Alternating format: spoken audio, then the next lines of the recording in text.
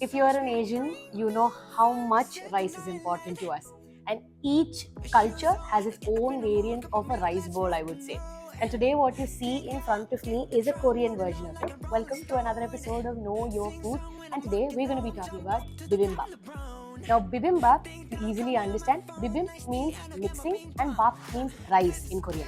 So, in a bibimbap, you'll usually see rice with a side of protein. It can be bulgogi, which is beef, or it can be dagogi, which is chicken, a sunny side up. Here at Blend in their bibimbap, they have rice, they have beef, they have a mushroom and spinach sauteed, they have kimchi, and there's cucumbers. So mostly the meat is marinated with gochujang, which is a Korean chili paste. Just to give you an additional information, if you see gochugaru somewhere, it's a Korean chili pepper flake. Now you know.